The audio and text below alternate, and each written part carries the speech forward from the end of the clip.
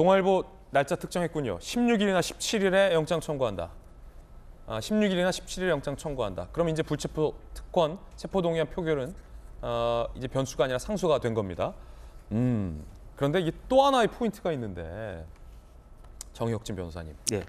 뭐 부결이냐 이건 다 산수의 문제였잖아요. 이거 잠깐 쓱 밀고 또 하나의 포인트는 노웅래 전 의원 때 노웅래 의원 때 봤잖아요.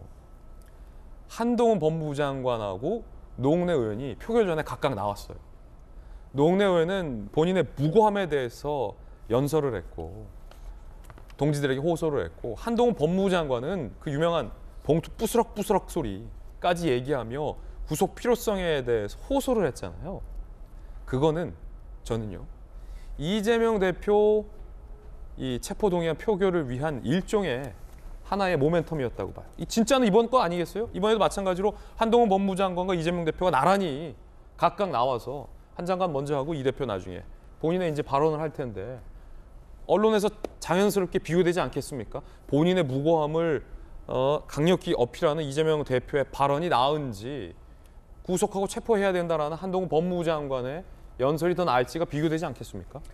그래서 이재명 대표가 본인에 대한 자신에 대한 그 범죄 수사를 하나의 소설 드라마라고 딱 이야기를 하셨는데 만약에 이것이 소설이고 드라마다라고 하면은 그 불체포 특권 관련해 가지고 국회에서의 그 접전이 하이라이트가 될 것이다. 클라이막스가 될 것이다. 클라이막스다. 저는 그렇게 생각을 했다 합니다. 제가 봤을 때 그 구속의 요건은 제가 봤을 때는 충분하다는 생각이 들어요. 구속의 요건이 첫 번째 이제 범죄 소명이 있어야 되는데 이재명 대표는 당연히 부인하고 있지만은 제가 봤을 때 이 정도 소명이면 이게 아주 뭐 명확하게 이렇게 확실한 게 아니고 범죄에 대한 소명 정도만 있으면 되거든요. 소명은 충분하다라고 보고 그다음에 뭐 옛날에는 뭐 도망가시고 그러신 적도 있었지만은 그때는 이제 변호사였고 지금은 뭐 야당의 대표이기 때문에 이렇게 도주의 우려는 저는 없다라고 생각을 갖다가 하는데 증거인멸의 우려는 충분히 있어요. 왜냐하면 증거인멸의 우려를 증표한 게 뭐냐면은 정치원 회장님 도망간 적이 있어요? 그렇게 표현하셨는데 옛날에 그 뭐 전과가 몇 개 있지 않으셨습니까? 예. 성남시장 할 때 뭐 검사 사칭하고 그럴 예, 때 예. 그때 이제 피신해 가지고 뭐 어디에 뭐 피신했었다, 뭐 교회 뭐 지하실에 피신했었다, 그게 도망간 거였거든요. 그 다음에 이제 그 증거인멸의 우려를 가장 명확하게 보여준 게 뭐냐면은 그게 이제 그 부인한 거거든요. 혐의를 갖다가 부인한 사람 당연히 이제 증거 인멸을 할 가능성이 높다라고 보여지고 그렇기 때문에 구속 사유는 제가 봤을 때 상당히 있다라고 보여지는데 그런데 지금 앵커께서 말씀하신 것처럼 그 체포 동의안 표결의 결과보다 이 과정이 중요한 게 왜냐하면 검찰 조사 이제 이재명 대표가 3번 받았지만 이것은 다 비공개거든요. 나온 다음에 내가 이렇게 했다 이렇게 했다 이야기했지만 검찰에서 구체적으로 무슨 이야기를 했는지는 비공개였는데 그런데 체포 동의안 가가지고 이제 그 법무부 장관과 피의자인 그 이재명 대표가 이렇게 설전을 하는 거는 전 국민들한테 그 공개가 되는 그러한 그 상황이기 때문에 그렇기 때문에 제가 봤을 때는 민주당과 이재명 대표가 뭐 망나니 짓이란 말까지 하면서까지 이거 굉장히 피하고 싶은 그러한 모습이 될 건데 여기에 대해서는 검찰 조사보다 훨씬 더 준비를 많이 하고 있을 거다 그 생각이 들고 그다음에 결론적으로는요. 구속이 안 된다고 하더라도 구속 여부 자체가 그렇게 중요한 게 아니라고 저는 생각이 되는 게 왜냐하면 이재명 대표가 혐의가 너무 많고 그다음에 기소가 여러 개가 됐기 때문에 실질적으로는 거의 일주일 내내 그냥 재판하실 수밖에 없을 거예요.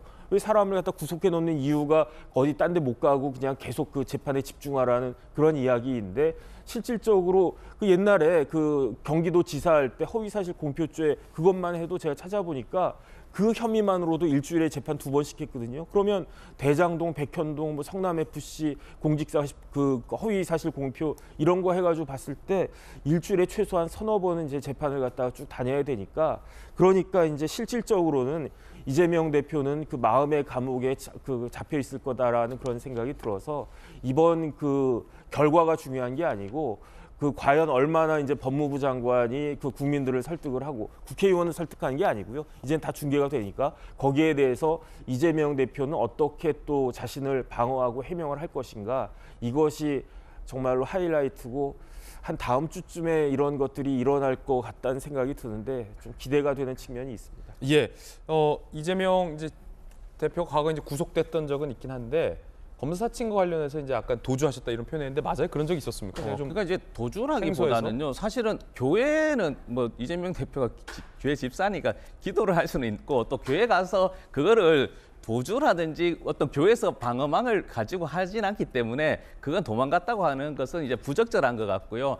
지금 이제 중요한 거 말씀하셨는데 구속과 불구속이 아니라 범죄가 있냐 없냐 이게 최종적으로 그 진실을 들어가는 단계인데 민주당 입장에나 사실은 대다수 국민이라고 지금은 저는 이해하고 있지만 그 김만배 어떤 증언에서 결국에는 증언이 있음에도 불구하고 이제 곽상도는 50억 아들 무죄가 됐지 않습니까? 그러니까 제가 받아들일 수 있는 만약에 구속의 상태가 돼야 된다면 최소한 계속 이야기했던 뭐 428억 저수지라고 하면 최소한 저수지 정도의 어떤 주소 정도는 알려줘야 되는데 막연하게 받았다. 경선 8억 있는데 그 경선 자금으로 활용했던 어떤 정황, 증거 자체가 없기 때문에 이것을 굳이 감옥에 넣고 수사해서 재판할 필요가 있는 것인가에 대한 검찰의 행태에 의구심이 있다는 것이죠.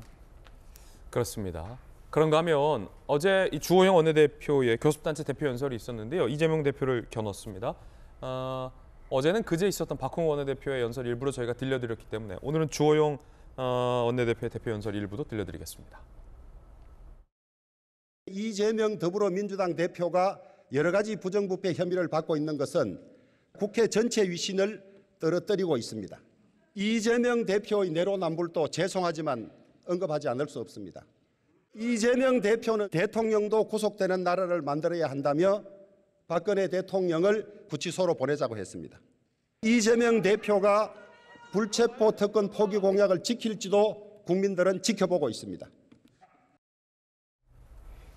자, 다른 곳을 응시하는 이재명 대표의 표정까지 잡혔습니다.